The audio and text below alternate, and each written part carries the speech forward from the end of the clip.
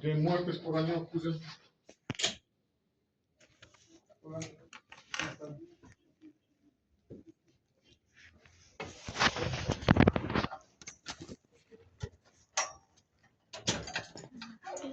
Y cerca del 50% de estas muertes están asociadas a enfermedades cardiovasculares. Y un tercio de la población americana tiene un colesterol mayor a 200 miligramos por ciento o decilitro. En nuestro medio no tenemos estudios epidemiológicos de cuántas personas tienen dislipidemia. ¿De acuerdo? Sería hacer este tipo de investigaciones, aunque algunos los consideran solamente estadística, ¿no? Pero si son datos, entonces vamos a tener un colesterol total que va a estar constituido por HDL, IDL, triglicéridos y el colesterol LDL. Y el colesterol no HDL está considerado o está compuesto solamente por IDL, triglicéridos y colesterol LDL y su fracción HDL, que sería la fracción buena. Y estas diferentes fracciones se van a constituir las diferentes moléculas, ¿no? que están constituidas por las APOs, la AP100, la B48, la ApoC2, la ApoC3, la ApoE y la ApoA1. Además de colesterol y triglicéridos, ¿no? Diferentes proporciones que van a dar origen a las diferentes moléculas. Dentro de lo que corresponde a las alteraciones, vamos a tener dislipidemias primarias y dislipidemias secundarias. Las primarias son aquellas que obedecen a un trastorno del propio metabolismo lipoproteico. Van a haber una alteración a nivel del metabolismo de las lipoproteínas. Las secundarias van a estar ocasionadas por causas ajenas al metabolismo lipoproteico, puede ser por otras enfermedades. Dentro de lo que corresponde a las primarias, vamos a tener alteración genética de los kilomicrones, del VLDL y del LDL. Entonces vamos a encontrar diferentes alteraciones. Por ejemplo, para la alteración de los kilomicrones como tal, vamos a ver diferencias de la lipoproteína lipasa.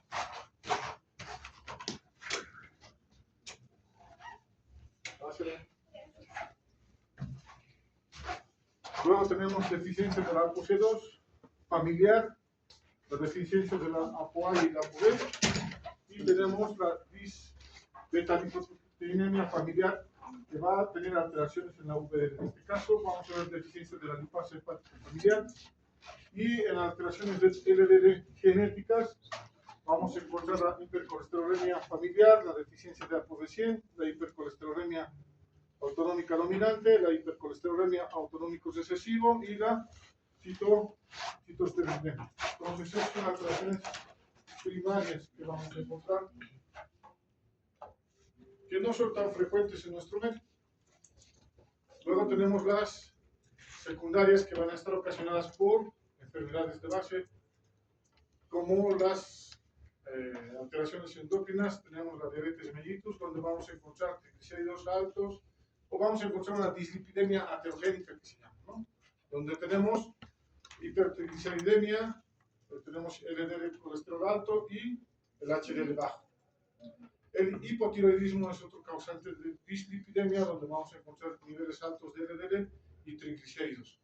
Cuando nosotros tenemos un paciente que ha sido diagnosticado de hipotiroidismo y encontramos un perfil lipídico donde tenemos esta dislipidemia mixta, primero debemos hacer tratamiento del hipotiroidismo y no hacer tratamiento de la dislipidemia, porque al corregir la alteración del hipotiroidismo, lo más probable es que esta dislipidemia también se corrija. No hay necesidad de hacer el tratamiento en un principio.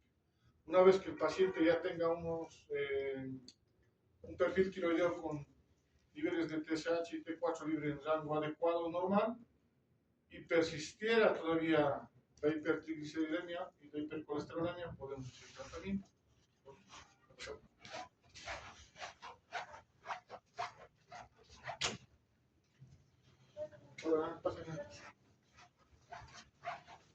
En patologías renales como el síndrome nefrótico y la insuficiencia renal, vamos a tener diferentes alteraciones, no tanto el incremento de LDL y triglicéridos. A nivel gastrointestinal, la colestasis nos va a incrementar el LDL colesterol. Una pancreatitis aguda también puede ocasionar alteraciones, ¿no? A nivel de los triglicéridos. Enfermedades reumatológicas como el lupus eritematoso sistémico, la gota, pueden ocasionar incremento de los triglicéridos. Y otras enfermedades, como en el caso del mieloma, vamos a encontrar también triglicéridos alterados. Pacientes que viven con VIH en fase SIDA también podemos encontrar alteraciones de los triglicéridos. Algunos fármacos de uso frecuente nos van a ocasionar dislipidemia. Tenemos a los corticoides que van a elevar los triglicéridos. Los estrógenos, los anticonceptivos orales van a incrementar los triglicéridos y también pueden incrementar el HDL. La progesterona va a incrementar los triglicéridos. Los andrógenos incrementan los triglicéridos y HDL. Las tiazidas de uso frecuente, la hidroclorotiazida, aumenta el LDL colesterol. Y los beta bloqueantes que van a incrementar los triglicéridos y la HDL. Y algunos antirretrovirales, el LDL y los triglicéridos también. Entonces son fármacos que pueden elevar los lípidos. El estilo de vida es otro factor importante para la presencia de dislipidemias. Aquellos pacientes que tienen dieta rica en grasa, vamos a tener incremento de triglicéridos y LDL, ¿no? Pues generalmente eso ocurre con los estudiantes de medicina. Están todo el día fuera de casa y comen lo que pueden, ¿no? Y generalmente su dieta se basa en carbohidratos. Eso se convierte en triglicéridos. En la mayor parte de los casos. El tabaco, pues nadie debería fumar, por lo menos los estudiantes de medicina no deberían fumar, porque saben que es mal. Pero si tienen algún ser querido, papá, mamá, hermanos, alguien muy querido, sus abuelos, si fuman, tendrían que dejar de fumar. Es complicado, ¿no? Los pacientes no lo dejan fácil cuando tienen el hábito de años. Luego, ¿qué más? El alcohol igual incrementa los triglicéridos, aumenta el HDL, ¿no?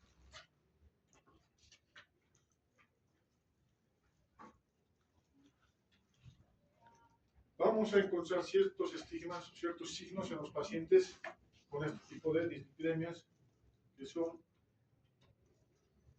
que tienen los niveles muy altos de LDL y triglicéridos. El arco corneal, en esta imagen, ¿cómo lo vamos a encontrar? Eso se presenta cuando el LDL y los triglicéridos están altos, ¿no?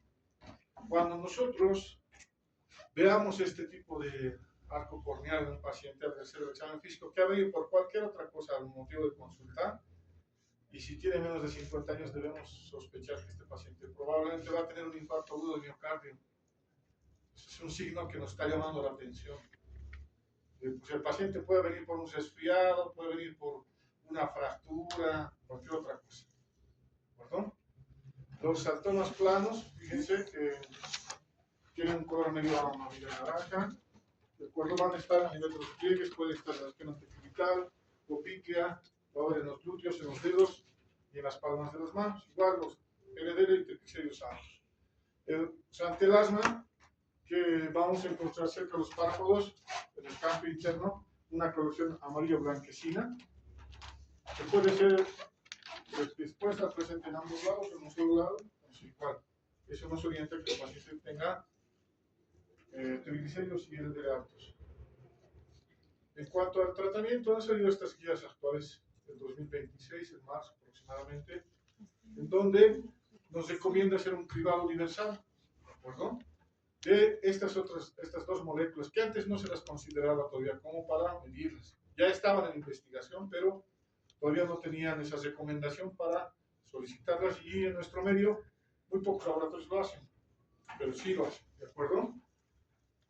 La lipoproteína A, que se debe medir al menos una vez en la vida, principalmente en los adultos, un valor igual o mayor a 50 miligramos decilitro o 125 nanomol litro, confiere un riesgo genético elevado y obliga a un control mucho más estricto de los demás factores modificables. Entonces, si nosotros tenemos los niveles de lipoproteína altos, este paciente, si en el momento de su evaluación está totalmente asintomático, igual tiene un pronóstico o un factor de riesgo importante, elevado, para tener eventualidades cardiovasculares, ¿no?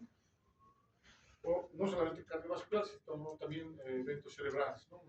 Un accidente isquémico cerebral, ¿de acuerdo? La polipoproteína B o ApoB también se recomienda actualmente que se debe solicitar para guiar la intensificación terapéutica en los pacientes que no han alcanzado sus metas. Entonces, solicitamos esto. Si nosotros vemos que no hay una disminución, tenemos que intensificar el tratamiento y además es importante solicitar en pacientes que tienen enfermedad de base como la diabetes, la obesidad o antecedentes de hipertrigliceridemia. Entonces, para el diagnóstico, pues se pide un perfil lipídico. Antes, en los laboratorios han debido escuchar cuando ustedes estaban soltando en tercer año patología, en el momento de pedir un laboratorio, decían que tenía que estar el paciente 3 días en ayuno. Entonces recomendaban que no consuma carbohidratos y que no consuma grasas 3 días antes de realizar el laboratorio. Pero actualmente eso ya no es necesario, el paciente se lo puede hacer incluso después de comer, ¿no? Eso. Solo un pequeño detalle, que si nosotros tenemos el antecedente de triglicéridos mayores a 400, en ese caso sí requiere ayuda. Ese es el único dato, ¿de acuerdo? O si es que el paciente ha tenido antecedentes de hipertrigliceridemia mayores a 500. Para el cálculo del LDL de colesterol, antes utilizábamos la fórmula de Friedman, ¿no recuerdan? Pero ya no se recomienda utilizarlo, eso ya es antiguo. Tenemos otras ecuaciones que podemos utilizar de Martin Hopkins y la de Samson. Pueden ser opciones para usar para calcular el LDL de colesterol. Generalmente no hacemos tanto eso nosotros, porque ya en el perfil lipoproteico que nos entrega el laboratorio no nos reporta, ¿no? Nosotros no nos podemos sacar. Pero ya no se debe utilizar la fórmula de Brown. En cuanto a la apolipoproteína B y la lipoproteína, ya habíamos mencionado. Debemos solicitar la apolipoproteína B cuando hay discordancia clínica, o sea, si el paciente no tiene ningún dato clínico. Y en cuanto a la lipoproteína A, debemos medir una vez en la vida, ya hemos visto, y los rangos mayores a 125 nanomol litro, habíamos indicado que aumenta bastante el factor de riesgo, que sería un 40% más. Si tenemos un paciente que tiene mayor a 250 nanomol litro, duplica el riesgo cardiovascular calculado, y si tenemos un paciente mayor a 430, considerado como riesgo extremo ese paciente. Entonces, si tiene más de 430 nanomol litros, el paciente va a tener un infarto antes de sus 50 años. Lo más probable, si es que no hacemos tratamiento adecuado, ¿no? Entonces se solicita el perfil lipídico completo, más las otras fracciones que habíamos mencionado. Evitar la fórmula de Friedman para el cálculo de pacientes que tienen más de 300, y las muestras que no están en ayuno ya son aceptables. Nosotros debemos estratificar el riesgo cardiovascular. Las guías 2025 de la AJA nos recomendaban el SCORE 2 y el SCORE 2 modificado para los pacientes que tienen diabetes mellitus. ¿De acuerdo? Los objetivos para las guías 2025, aquellos pacientes después de evaluar el riesgo cardiovascular que tienen riesgo extremo, se recomienda un LDL de colesterol menor a 40 miligramos de decilitro. Para los que tienen riesgo muy alto, menor a 55 miligramos de decilitro, y mayor o igual al 50% de su reducción en el tratamiento. Los que tienen riesgo alto, estaríamos con menos de 70 miligramos de decilitro o mayor al 50% de reducción del basal que vamos a iniciar el tratamiento. Y los de riesgo moderado menor a 100 y los de riesgo bajo menor a 116 de LDL de colesterol. Sin embargo, ustedes van a ver en sus reportes de laboratorio que el valor normal del LDL de colesterol es hasta 130. Entonces, ya no tomamos en cuenta eso. Al igual que cuando hacemos diagnóstico de diabetes, la glucosa en ayunas está en rango normal desde 80 hasta 110 en algunos laboratorios, ¿no? Pero eso ya no se toma en cuenta. ¿Por qué? Hasta 99 es normal y mayor a 100 es ya prediabetes. De la misma manera, en el caso de la dislipidemia, tenemos otras metas. Entonces, Actualmente las guías 2026 ya nos recomiendan utilizar la calculadora de Prevet para el riesgo cardiovascular, ¿de acuerdo? Y tenemos igual de la misma manera, bajo riesgo, límite, intermedio y alto riesgo, ¿de acuerdo? Y en base al riesgo calculado nosotros debemos hacer el tratamiento. Y las metas, en este caso, son de la misma manera. Tenemos, de acuerdo al escenario clínico, si nuestro paciente tiene o no alguna comorbilidad, bajo riesgo cuando es menos del 3%, no tenemos meta numérica, en este caso para el LDL colesterol, pero se recomienda cambios al estilo de vida, ¿de acuerdo? Cuando el riesgo es limítrofe de 3 a 5%, nuestra meta va a ser menos de 100 miligramos de cilindro, ¿de acuerdo? Y cuando el riesgo es intermedio, de acuerdo a esta escala, de 5 al 10%, igual, menor a 100 miligramos de cilindro, el riesgo alto mayor al 10%, menos de 70. Y cuando nosotros tenemos, este es un dato importante, un LDL de colesterol mayor a 190 en su perfil lipídico, deberíamos sospechar que este paciente tenga una alteración primaria, una hipercolesterolemia familiar, si es que tiene mayor a 190, ¿no? Y la meta en este tipo de pacientes igual va a ser menor a 100 miligramos de cilindro. Y en los pacientes que tienen diabetes, igual, nuestra meta para LDL de colesterol es menor a 100.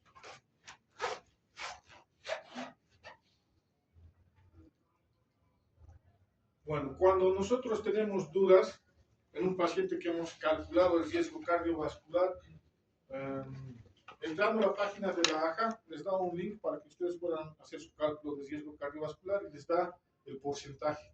Entonces, no es nada difícil de usar estos scores, ¿de acuerdo? Y es gratuito. Entonces, pueden practicarlo con cualquier persona.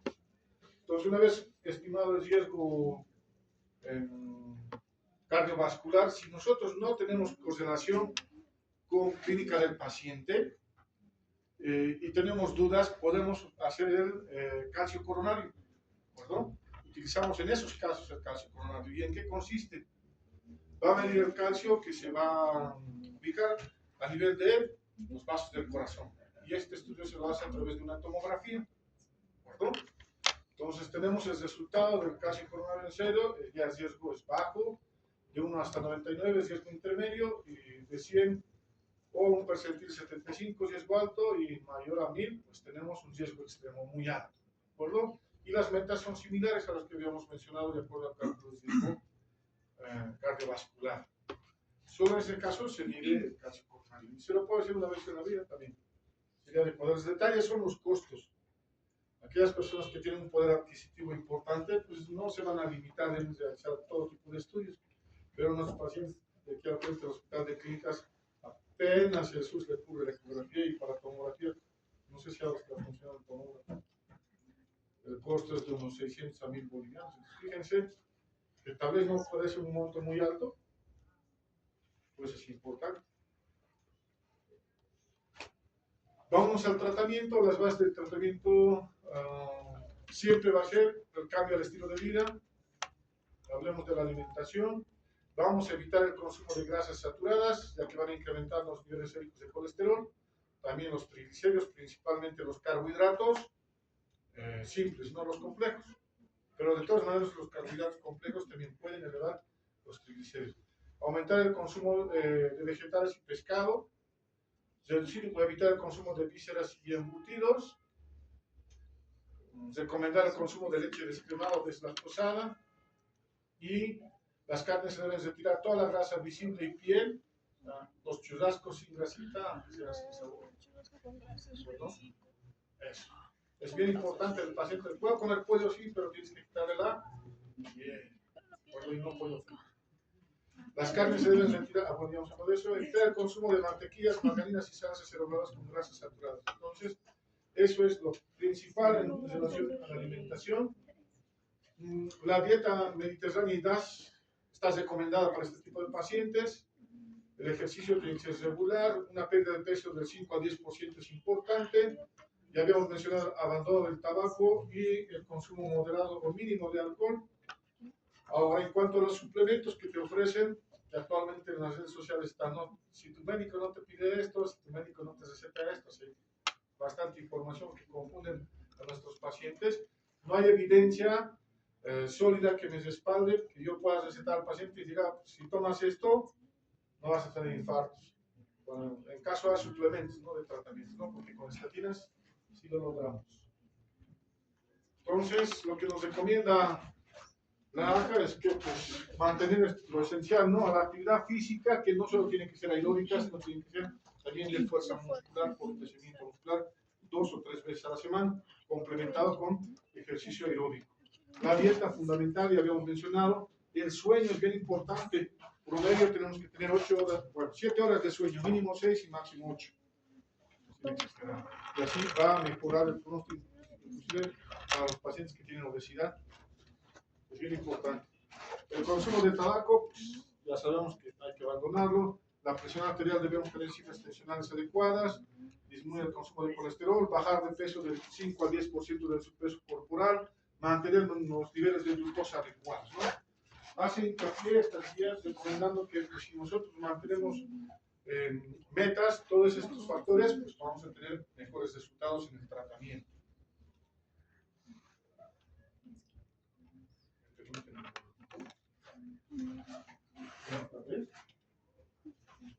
Una. Ya. Listo.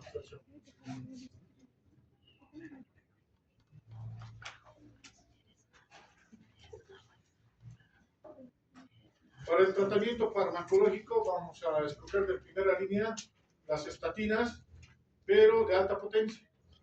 ¿Cuáles son estas? La atorvastatina y la rosuvastatina que tenemos en el medio. Existen otras estatinas más, sin embargo, pues por la eficacia no se recomienda ya usarlas. ¿Perdón? Atorvastatina y rosuvastatina. Pero debemos tomar en cuenta los efectos secundarios. En algunos casos puede ocasionar molestias musculares, ¿no? Entonces, de primera línea tenemos a las estatinas, ya hemos hablado de la atorvastatina y la rosuvastatina. La atorvastatina de 40 hasta 80 miligramos diario cada noche. La rosuvastatina de 20 a 40. Esto nos va a ayudar a disminuir el 50%, que es una meta que tenemos en nuestro paciente. De segunda línea, podemos combinar. Si ya nosotros hemos iniciado tratamientos con estatinas de alta intensidad y no hemos llegado a metas, y nuestro paciente tiene un riesgo muy alto, combinamos fármacos y ahí añadimos el ezetimibe, ¿perdón? Que va a incrementar o va a disminuir el 20% más. En caso de no tener alteración o no tener pues, una buena tolerancia a las estatinas, se puede utilizar el ácido bempedoico, ¿verdad? Que lo tenemos en nuestro medio. De línea avanzada tenemos los inhibidores del PSK9, que también puede llegar a nuestro medio, tales son los costos. Y la novedad de este año es el olaceram. Entonces, este fármaco que todavía no está disponible en nuestro medio y los niveles de costos son muy altos. Y en cuanto a las estatinas, ¿cuál es el mejor? Ya habíamos mencionado que la rosuvastatina y la atorvastatina a dosis de alta intensidad son mejores, porque pues tenemos otras estatinas como la pitavastatina, la simvastatina, la rosuvastatina, la pravastatina, la fluvastatina, que pues necesitaban dosis no solamente una diaria, 2 a 3 veces, y la reducción del porcentaje de niveles de LDL y colesterol no eran tan buenos. Entonces, nos quedamos con atorvastatina y rosuvastatina. Y en esta otra diapositiva vemos varios estudios en relación a la pérdida del porcentaje o disminución de la porcentaje de LDL y colesterol. ¿No? Después, en cuanto a fármacos y diferentes también, ya hemos hablado de las estatinas, resinas, el tratamiento para el ezetimibe, que también ya reduce el 65% de combinación con las estatinas, va a bajar el 65%, el ácido bempedoico solo puede llegar a bajar un 20 a 25%. No tenemos otra opción si es que el paciente tiene alto riesgo y no tolera las estatinas. Y los inhibidores del PSK9, pues tenemos una reducción del 50 a 60%. Sí podemos combinar estatinas con los inhibidores del PCSK9, pero si tienen tolerancia, ¿no? Y en cuanto al tratamiento de los triglicéridos, pues si nuestro paciente tiene triglicéridos de 150 hasta 499, se considera una hipertrigliceridemia moderada. Se puede utilizar estatinas. Si bien no el tratamiento es dirigido a disminuir los niveles de triglicéridos, las estatinas también pueden reducir un porcentaje de los triglicéridos, ¿de acuerdo? Y se hace hincapié con cambios al estilo de vida, ¿de acuerdo? Ya cuando los niveles de 500 hasta 999 de triglicéridos debemos utilizar o añadir un fibrato. Dentro de los fibratos tenemos el ácido fenofíbrico, tenemos el fenofibrato, tenemos el gemfibrosilo, ¿de acuerdo? Cuando nuestro paciente ya tiene niveles mayores a 500, tenemos mayor riesgo de que pueda hacer pancreatitis, ¿de acuerdo? Y cuando nuestro paciente tenga ya niveles mayores de 1000 miligramos de litro de triglicéridos, es un paciente crítico. Y en este caso, nosotros debemos utilizar, inclusive, internar al paciente y utilizar insulina para que disminuyan los niveles de triglicéridos. Y este paciente tiene mayor riesgo de tener pancreatitis. Fibratos, ya hemos hablado de esto. ¿Alguien tiene alguna duda, pregunta?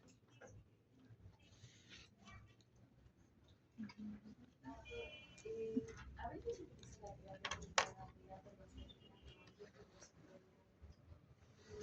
¿Cuál es el beneficio para que no todo ello los puedan explicar sobre la Existe mayor riesgo en combinar gemfibrosilo específicamente con las estatinas. Hay un menor riesgo en combinación de fibratos, pero no el gemfibrosilo. El fenofibrato o el ácido fenofíbrico combinado con estatina tiene un menor riesgo de tener este efecto secundario. Sin embargo, pues si es necesario hay que combinar. Incluso actualmente vienen los fármacos y hay combinación de una sola cápsula para una toma. Antes nosotros lo separábamos, ¿no? El fenofibrato en la mañana y la estatina en la noche para evitar ese tipo de reacciones. Pero con el gemfibrosilo no se recomienda y actualmente las guías dicen que no se recomienda. Pero riesgo-beneficio de cada paciente es independiente. ¿De acuerdo? Si tienes un paciente con niveles de triglicéridos de 700, 1000, tienes que darle un fibrato y además si tiene un colesterol total, no sé, de 500, 600, suele que el colesterol esté mayor a 190, pero siempre explicando los posibles efectos secundarios y que suspenda la medicación si tiene alguno de estos problemas, que vuelva a la consulta. ¿Listo? Si no hay más dudas y preguntas.